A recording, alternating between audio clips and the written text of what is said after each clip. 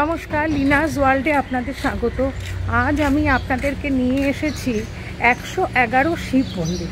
কি ভাবছেন তো, 108 বর্ধমানে আছে, কিন্তু 111 তো কোনো সময় শুনিনি।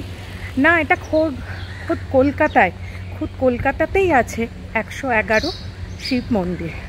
আচ্ছা, এই মন্দিরটা কোথায় আছে, কখন কখন মন্দির খোলা বন্ধের টাইমিং, এছাড়া এখানে পুজো দেওয়ার সমস্ত সরঞ্জাম পাওয়া যায় কি না, আর সবথেকে বড় কথা মন্দিরটা কোথায়, চলুন আপনাদেরকে দেখিয়ে দিচ্ছি।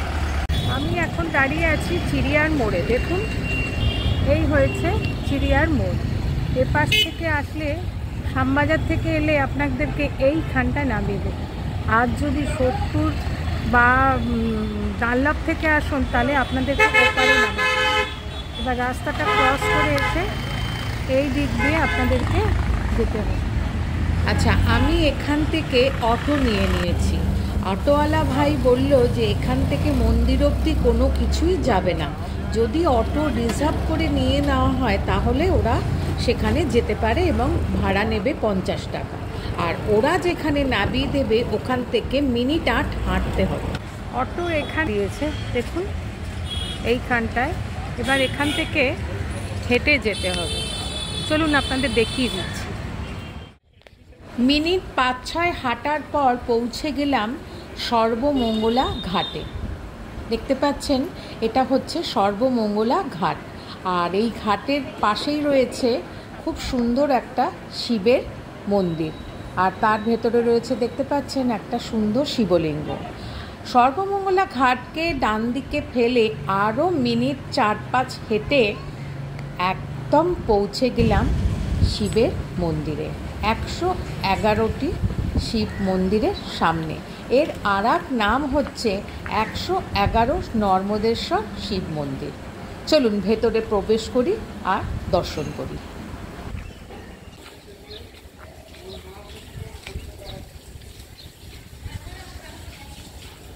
আচ্ছা, এখন 4টে 4:30 বাজে। এখন পুরো মন্দির ধোয়া মোছা হচ্ছে। 4:30 পরে খোলা হবে, তখন আপনাদেরকে দেখিয়ে দেব।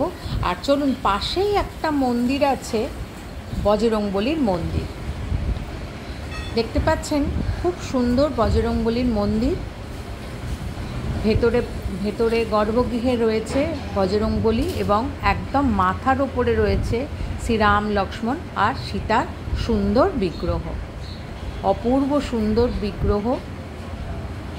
আর তার পাশেই রয়েছে একটা ছোট্ট সাই বাবার মন্দির। দেখতে পাচ্ছেন, খুব সুন্দর ছোট্ট সাই বাবার মন্দির। আর তার পাশেই এইখান থেকেই হচ্ছে গঙ্গার জল নিয়ে বাবার মাথায় ঢালা হয়।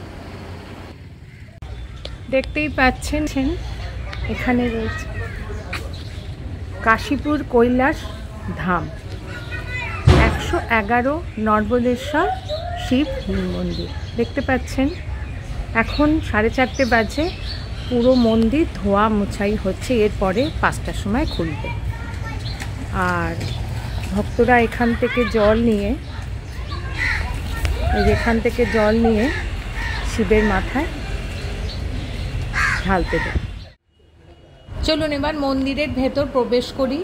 আর ভেতরে প্রবেশ করেই একদম সামনেই দেখতে পারবেন মা বৈষ্ণব দেবীর অপূর্ব সুন্দর একটা বিগ্রহ। অপূর্ব সুন্দর, তাই না? খুব সুন্দর বিগ্রহ। প্রথমে চলুন আপনাদেরকে মন্দিরটা বুঝিয়ে দিই। প্রবেশ করার পরেই প্রথমেই দেখতে পারবেন মা শেরাবালির সুন্দর একটা বিগ্রহ, দেখতেই পাচ্ছেন। আর তার পাশেই রয়েছে অপূর্ব সুন্দর শিব পার্বতীর একটা সুন্দর বিগ্রহ ওপরে রয়েছে। আর তার ঠিক সামনেই রয়েছে অপূর্ব সুন্দর শিবলিঙ্গ।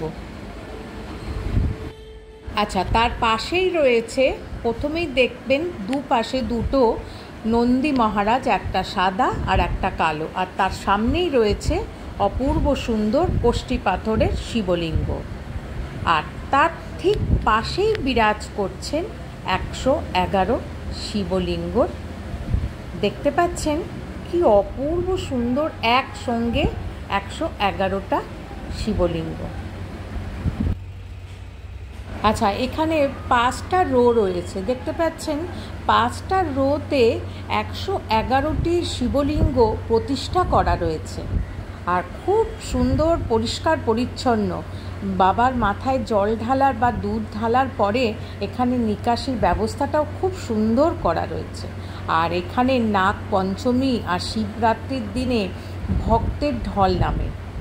আর এক একটা শিবলিঙ্গর এক এক রকম কালার, দেখতে পাচ্ছেন, আলাদা আলাদা কালার আর আকারও আলাদা আলাদা।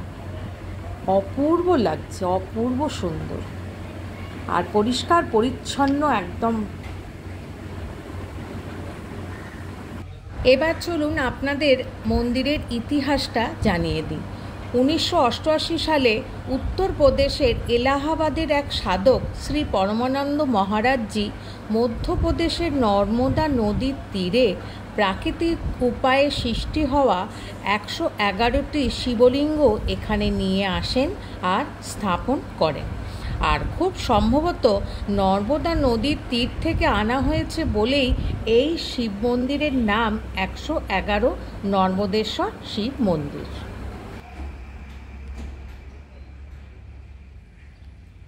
আচ্ছা, আপনাদের এই মন্দিরের খোলা বন্ধের টাইমিংটা বলে দিচ্ছি। এই 9টায় খোলে আর রাত্রির 8টা পর্যন্ত খোলা থাকে।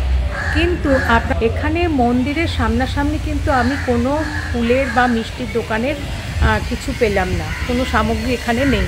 আপনারা যখন এখানে আসবেন তখন আপনারা বাড়ি থেকে কিন্তু ফুল, মালা, মিষ্টি সব নিয়ে চলে আসবেন। এখানে কিন্তু এগুলো কিছুই পাবেন না, তা না হলে এখানে শুধু গঙ্গা জল দিয়ে পুজো করতে হবে। আর এই মন্দিরে আছে বিষ্ণুর কচ্ছপ অবতার বা কুবের।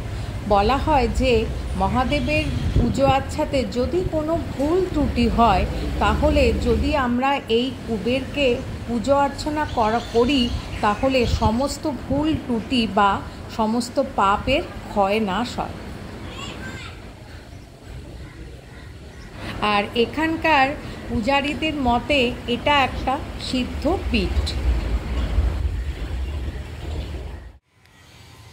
111 ভোলেনাথকে নমস্কার করে একটা শান্তি নিয়ে বাড়ির দিকে রওনা হলাম।